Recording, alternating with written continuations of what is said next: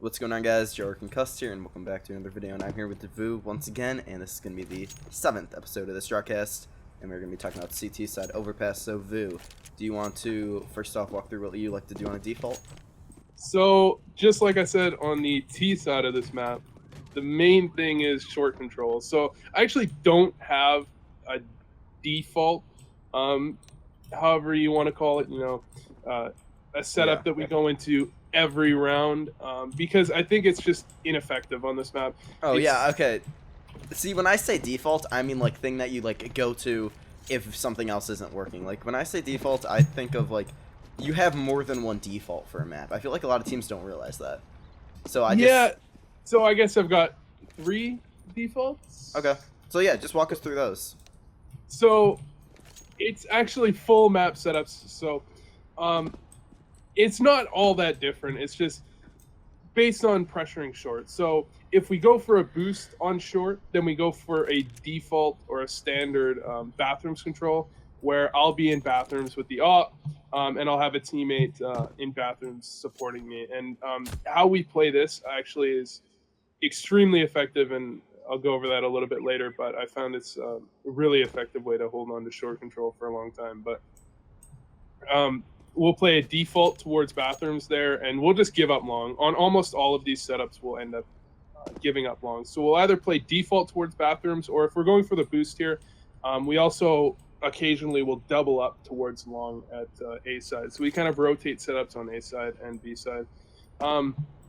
The other way we might go for it is we might go for a heavy short control, which will end up being kind of a retake setup, and I'm going to need some nades here. Yep, they're in spawn. Sorry, I dropped it after we started. All right, there we go. So we might go for a heavy short control. So there's actually a pretty easy smoke you can throw, or a Molotov. You throw it exactly the same. You just run right click, and it'll land right in there. And so we'll go for a heavy short control with a flash off the wall here. Basically, just jump throw off the wall, and that's going to land extremely deep, blind anybody out here. And it's free, somewhat free short control. And if they try and Molotov this off, we just smoke it off with the second smoke. And you get short control, and you got kind of go for a retake on B with this setup. You get 2 guys towards short, have a guy in door, 1 guy towards bathrooms area. And just give a monster completely. Yeah, and you have the final guy. We kind of rotate around, but a lot of the time he'll be towards graffiti, or he'll be heaven, either way. And we'll just go for a retake. And if they go for a plant, this is something that's really important, I think, for any team really to know. It's a very simple Molotov. You get into like this crack in the door here, and then you're going to aim right here, and that's going to bounce off here and blow up right there. And that's like very key, because a lot of teams are going to waste all their smokes on a B execute and not have a smoke for that, and that's just a free kill if you have that throw. So we'll have that player definitely knows how to throw that, and we'll just go for kind of a retake on B setup. And then the final one is, I guess, what you could call more of a default, because when I'm thinking of a default, I'm thinking of a setup that you can run back to back to back to back, and it's not exploitable really in any way. So the normal default would be, something a little bit more like, whatever you want to call it in terms of default, just a player behind barrel. A lot of the time we'll play a player up here, or a player on, I call this rail actually. Most people call it headshot. And a player ramp actually. Never and even a player heard. Towards heaven. Yeah, I've never actually heard it called rail. Rail is what I call it and what my teams have called it. But when this map first came out, everybody called this headshot, but there was no name for behind the box here. So we moved to calling this headshot and calling this rail. See, we called that ramp and this rail. This is why this map is not good for bugs. Yeah. The biggest issue, I've had people call this water. Oh yeah, I've heard that a lot. And that is so bad, because it screws up. It's like, okay, he's not actually there. He's actually like short, and you're like, wait, what? Like, yeah, I've always called this garbage. I call that pit. Either way, you can figure out where it is. It's not water. Yeah, the thing is, when I was coming up with these names, it was like I was playing with the same team for like a few months, and then Overpass like it was still a new map, and it was like, okay, well, let's come up with some names of our own, and I've just stuck with them. So I've never really learned the common vernacular, I guess. Yeah.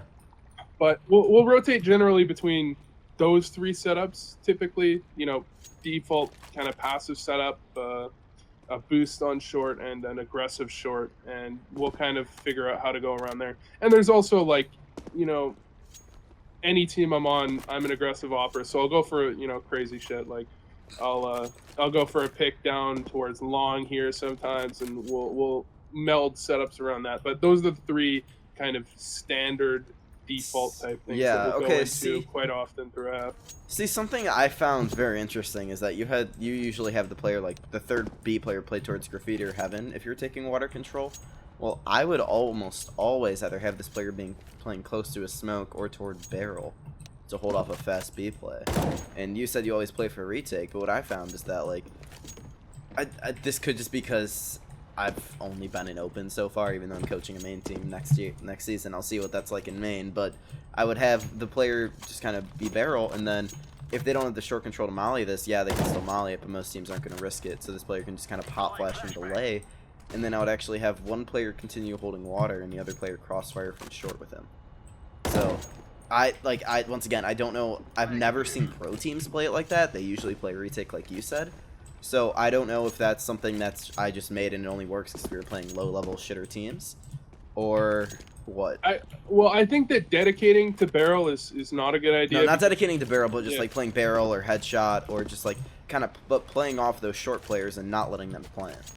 I think that's a really good idea. Actually, thinking back, I think more often than playing a full retake, because I kind of let the B players on this one control it themselves. I played towards A, and it was like, okay, this is the setup, and you guys know that we're playing for a retake here, so you can play how you want. But I know that this player that occasionally played Heaven or Graffiti oftentimes played on the ramp here, rail, headshot, whatever, and then he would fall back to this spot here, and with support from short players, it's kind of hard to push this, especially with a fast rotate coming in.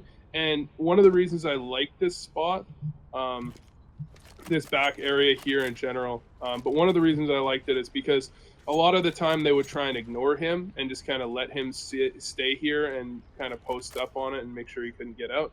You can actually throw a Molotov here. If you throw off the back wall, and that will bounce up and Molotov the whole plant spot. So I actually really like that spot specifically for that.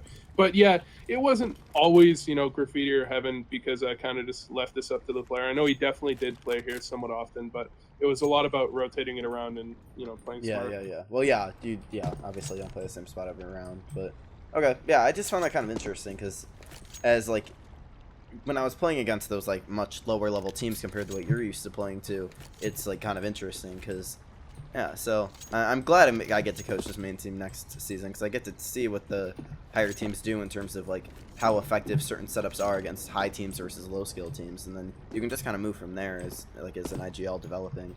And I think that's important for most people to, like, understand, is that what works against high teams might not work against lower tier teams, because they're not playing, like, the meta, so to speak, while when you're playing against high skill teams, what you do against low skill teams probably won't work.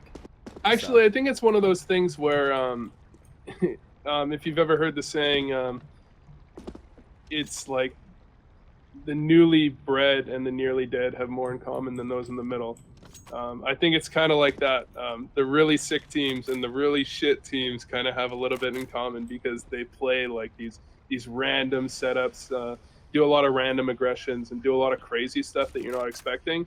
And a lot of the mid-tier teams kind of end up kind of looking at what the pros do, and they kind of get into a cookie cutter setup, and they kind of get complacent. They do a lot of stuff that's kind of expected. Whereas, if you're playing good teams, they're specifically going to try to do crazy stuff, catch you off guard, get free kills, stuff like that. And, shitter teams do it accidentally. Yeah.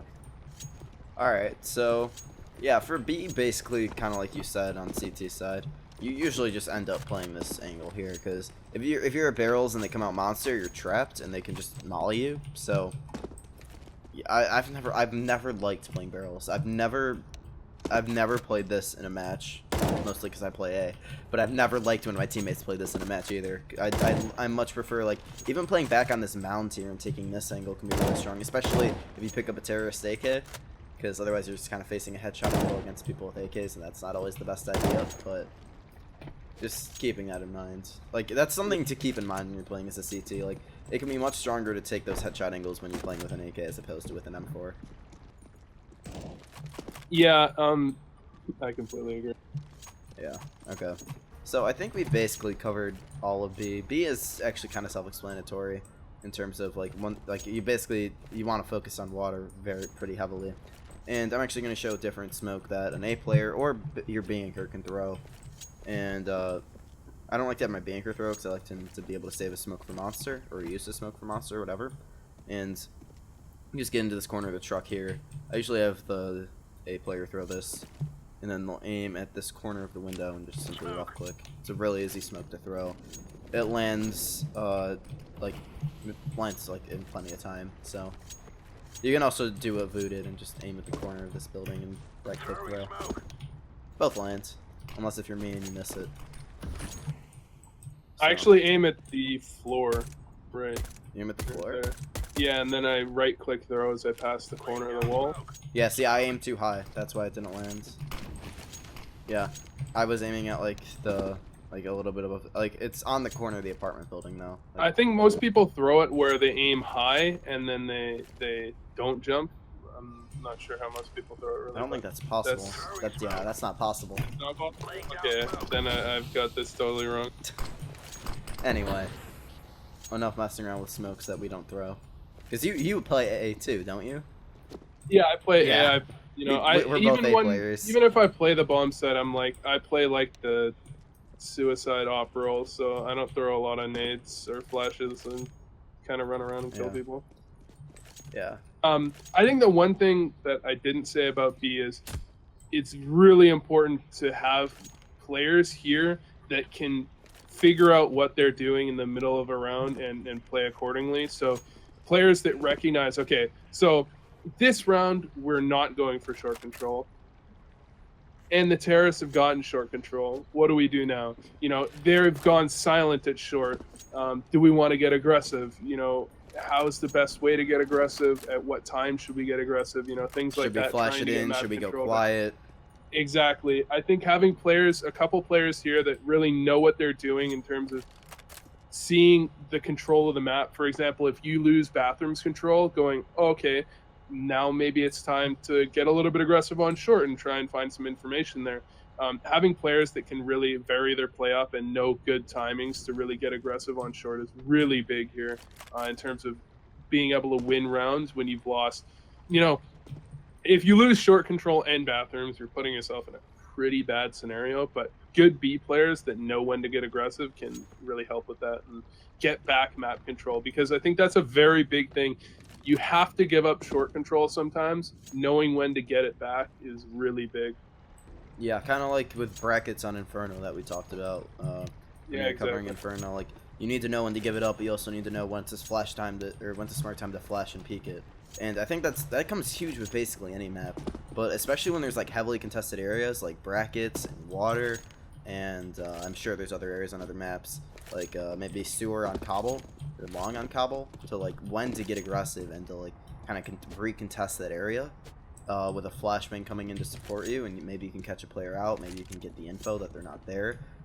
That's huge, and that defines an average CT side from a extremely strong CT side, and it's just like, usually it's your IGL's call, like, okay, go aggressive B now, they're heavily pressuring A, or something like that, and then, like, because most teams are going to send, like, 3 or 4 people to take control of bathrooms. I send 3 or 4 people to take control of bathrooms, and just leaving one player in water. Now, I usually leave my player in a position where if he gets flashed, he's not dead immediately, but either way, some teams might not be playing it as smart, or just whatever, so I think basically on any map, knowing when to go aggressive CT side, and Voo, I know you made an entire video about this, so I'm not going to ramble on for too long, but that it's so important for CT sides.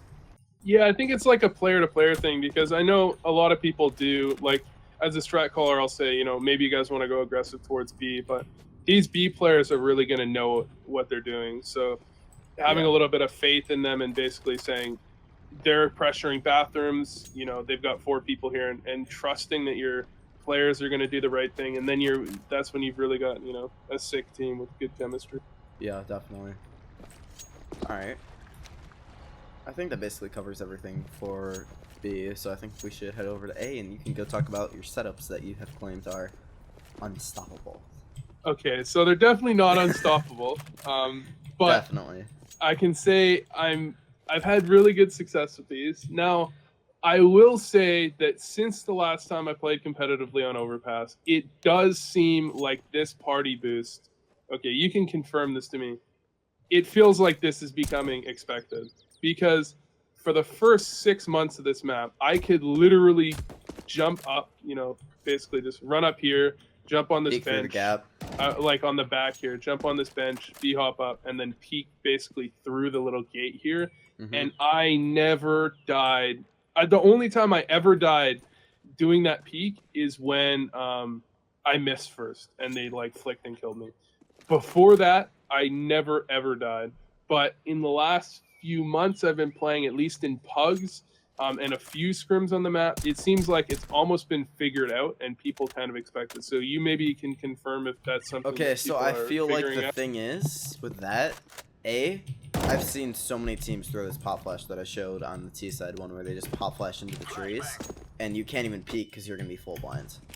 I don't have a problem with that actually, because it's basically saying I will trade a little bit of early round positioning for $200, and then you just basically, I've got it down where I can full blind get out of danger and then re-peek. Oh, I mean, absolutely. I'm just saying, like, in general, that's what teams do very often. And then at that point, also, I feel like peeking party is common, but not peeking that angle there on the rail.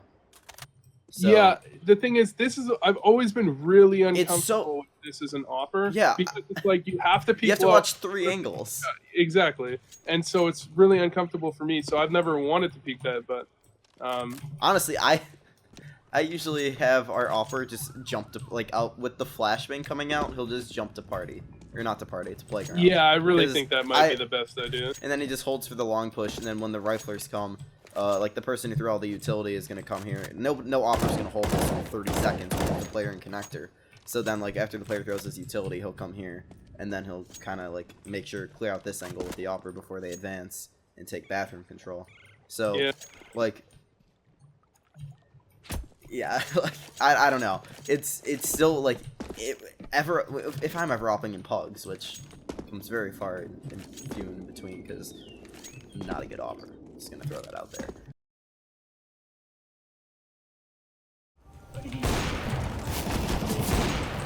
He wins these for YouTube.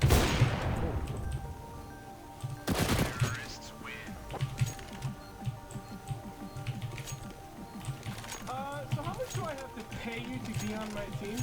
But, like, even when teams do that, I'm so uncomfortable going for that peek, because if you double scope, you can't see one of the angles, and if you single scope, then you have to, like, hitting that shot where you can barely see the top of the head is hard as hell. So. Yeah. So, basically, I'm a big fan of doing that, and there is a way to deal with this, but it requires, you know, a little bit of dedication, whatever you want to call it. Someone throws a pop flash up there, and this guy doesn't run like the inner route, which is very common, but if you get the timing right and he runs out like this along the back wall, that's the only way I've had people catch me, but that's really dangerous. Doing that is like suicide. If someone just pop flashes over and then peeks, you're completely dead. Yeah. So I'm a fan of this party peek, just peeking over, and then I'll fall back and I'll play on this bench here, this angle right here on the bench, and basically it's gonna let people through party, but it's gonna catch people as they're kind of strafing along here, looking at stairs. They're gonna be looking at all these other different areas, and then after they come through party, a lot of the time they're going to peek out here, and then you can still get a free kill. It's a little bit uncomfortable how close they get, but it's still pretty much a free kill in this area. And of course, it helps to have a rifler supporting you on stair or something like that. Yeah, actually, what I've done with this rifler is I've got kind of a unique setup where Once I'm done with this control of bathrooms, we'll do a kind of double setup. So I'll often play this angle here, making sure they can't come through bathrooms. And he can kind of hold in this corner. Actually, definitely never hold in the corner here because you're going to get spammed often. I don't know if often, but I've definitely spammed people through this wall. So have him sit on the bench and kind of hold an angle like this. And this works pretty well. And then eventually we do like a double smoke here. So we have a smoke here, wait it out. And then as the smoke starts to dissipate, you can toss a flash way high over kind of, I don't know, courtyard, I guess you want to call it. You have to be worried a little bit about there's a invisible wall up here. But if you throw it correctly, you'll blind everybody in courtyard. And you can have this guy, smoke goes out, courtyard flashed, walk around, get a couple like free kills a lot of the time, or just fall back and then re-smoke. And it works extremely well when we know they're setting up an execute, because that happens often where it's like, okay, I can hear them around here. Smoke starting to dissipate, flash, couple kills, and then I'm there to help them fall off, you know. And I found this extremely effective, just having a player up close, being able to flash them through it and flash them through it when the smoke's still up or when it's dissipating, you know. And playing this spot a lot, shutting down lane for as long as possible, and just assuming that if they come through long, because, you know, I'll kind of play that angle, flash over, check long, and eventually I'll fall back and be playing around here. But just assuming they're not going to like 5-man long, and if they do, having bathrooms control is enough to be able to retake on the bomb site. So something that I found, like, you pointed this out, and I just want to emphasize this a little bit more, is that, like, playing this player close to this bench here and stuff, when I had an opper, my opper would go for the, like, he would hold some just absurd angles that, like, I've never seen people hold. Like, he'd hold this with an op, and he'd hold that and then just, like, smoke himself off and fall back. And, I mean, it works. It definitely worked. And sometimes he'd just smoke it and sit there, wait for the bullets to come through, jump through, and op somebody. Like, this kid's nuts. Or he was nuts. I don't know. I haven't played with him in, like, a month. But, basically, he'd do that, and then what that would force these players to do is, like, they'd be like, okay, this upper's aggressive as hell, let's push through here and punish him. But this second player to help him is what, like, it makes it so strong. Like, just using the upper almost as a bait, but he's the bait where he doesn't get punished. I did a terrible job of explaining that. I see what you're saying, and I think the big thing here is that a lot of teams do wrong is they focus too much on long. I think you have to, when you're playing if you have 2 players a day, you have to basically say, look, if you go 5 men long, good for you. You're going to beat us. It could work, you know, because a lot of the time you go for the party peak, and if nobody's there, or if you see 2 people jump across, it's like, well, where are they going? You know, like the party peak, I think, is instrumental in really understanding what they're doing if they're not making any noise. Because if they're going for a really heavy long, you're going to see them jump across if you go for this fast party peak. Or you might even hear them in bathrooms. But I think at some point you have to be like, look, if you do this long thing perfectly in the first 20 seconds, you'll catch us off guard a little bit. But basically you're saying, like, if you do catch us off guard,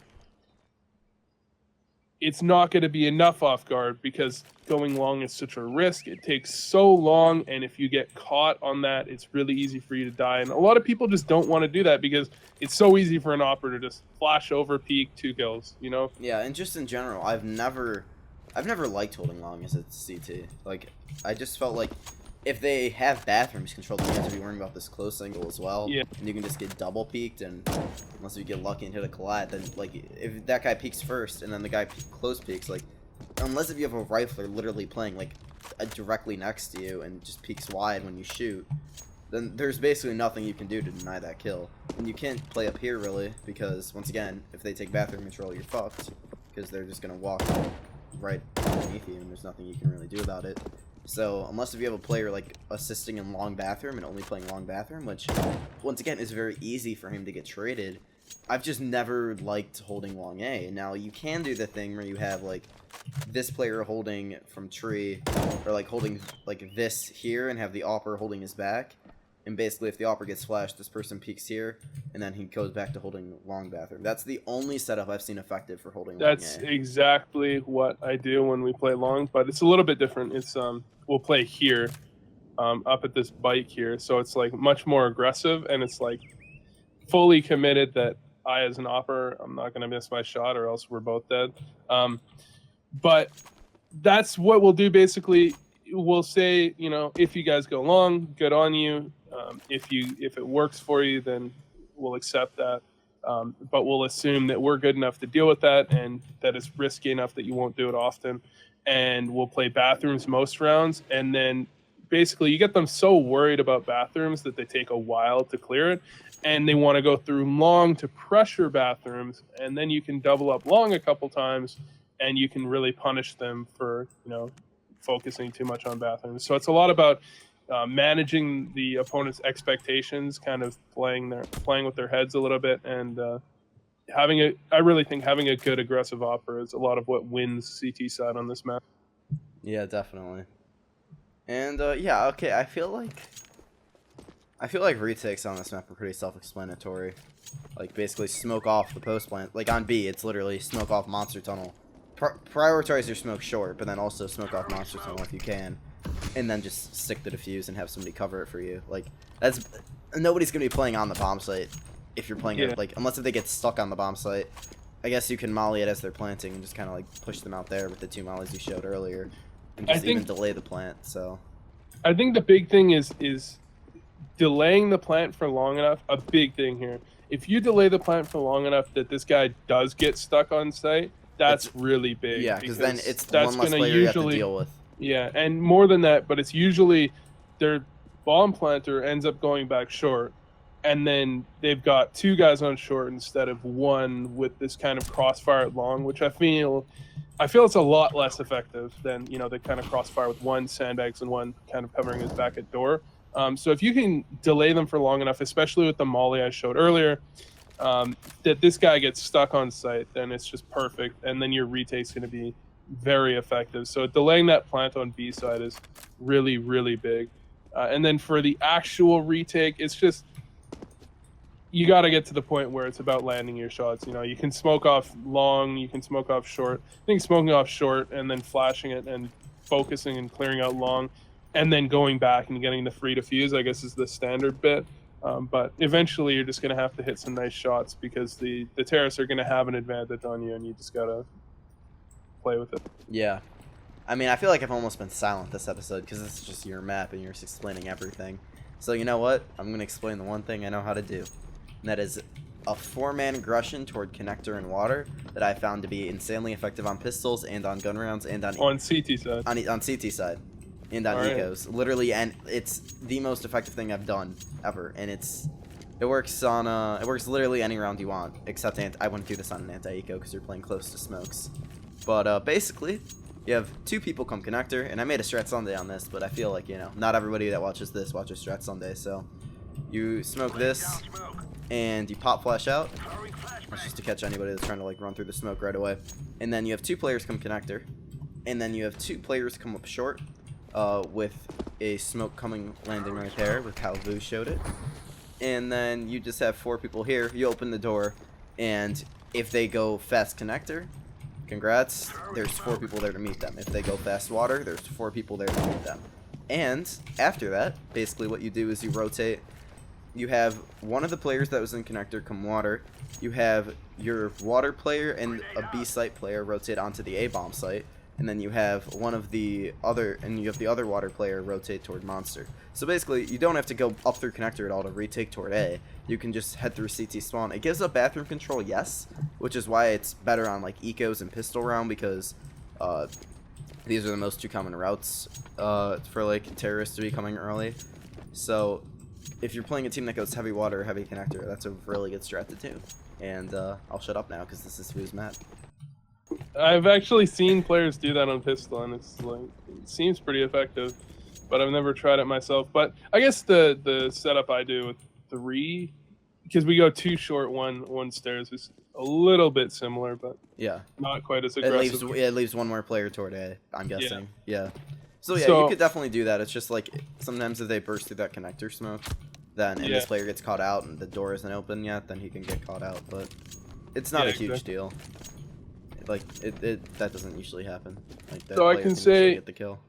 Yeah, I can say one thing for A retakes, and it's what I was going to mention at the end of the T side map, is nobody that I've seen knows about this kind of like overpowered spot almost, where you can throw either a smoke for long A or a smoke for bathrooms. I'm gonna hope that I throw this correctly. Long aim one was barely off, but Yeah, so basically you can landed. throw, you can have everybody on your team know, because these are extremely simple smokes, and that's gonna make a big difference in your retakes, being able to throw those from safety. And you can actually, there's a way, it's a little bit more complicated, and by a little bit I mean a lot, and by a lot I mean I don't know it right now, but you can also throw a smoke for lane from there as well. So you can actually have, you know, a couple people throw smokes from there and then go for the retake. That's And- a lot of utility you have to save. Yeah, That's- well, I mean, you can have, if there's 2 or 3 people with smokes left, which a lot of the time when you're retaking as B players, you do end up having that utility left if they haven't, you know. Yeah, it depends if you go aggressive short or not. Like using that smoke Yeah. for the short tunnel, water tunnel. So the thing is, if you don't have that utility, this A retake is really crazy hard, and it's hard to say what a good strategy for it is, Yeah, because you gotta adjust to the team and like what you know Yeah. their spots are. Like if you know they play heavy long, then you gotta just like you gotta basically focus on where you like have an what do you call it? Intuition that they're playing at. Like because really they could plant here. If they kill your 2A players and you're like you were playing at like ramp on B or whatever, or like headshot, and you have to rotate up, then by the time they're in after plant, you're gonna have no idea where they are, and there's no reason for them to get aggressive on you. So, and I also think something I don't think we mentioned yet. Another reason it's so huge to maintain water control on this map as a CT is that you can fast flank an A play, and that helps so much with retakes because even just having them worry about that is huge. yeah, I think it's really big if you can get that, because there's no real effective way to deal with the player in bathrooms. You can't really draw them out. The only thing is like the little trick, kind of, that a lot of people, I mean, I'm sure everybody knows it, but the little trick where it's like, You smoke Okay. bomb, tap it, and then peek. smoke bomb and then don't even tap it, just come up here and post, is like, it's a pretty effective trick, because they have to peek, you know, because you could just do the smoke diffuse trick. So they have to peek out, and then you have a decent angle to try and find a kill. That's really the only way to draw that player out and give yourself a chance. But so often on this map, even in like a 2v1, it's like, okay, we fucked up, and he's like quick peeked and seen we're not on it twice. Yeah. I guess we're saving, you know, like it's so hard to deal with that flanker is really what makes the difference, I think. Yeah, definitely. All right, any finishing thoughts? None that I can think of. All right. Well, thank you guys for watching this video, and thank you for GamerSensei for sponsoring it. If you'd like to order coaching from me or several other coaches for both Counter-Strike, League of Legends, and several other esports titles, then go head over to GamerSensei.com. Use code Concussed for $5 off your first purchase. And thank you to them for sponsoring me. Hopefully I'll be able to bring pros onto the show since they were able to, and I can use the money for that. And yeah, thank you guys for tuning in. Thank you for Voo for coming on once again. And I'll see you guys later. Take care.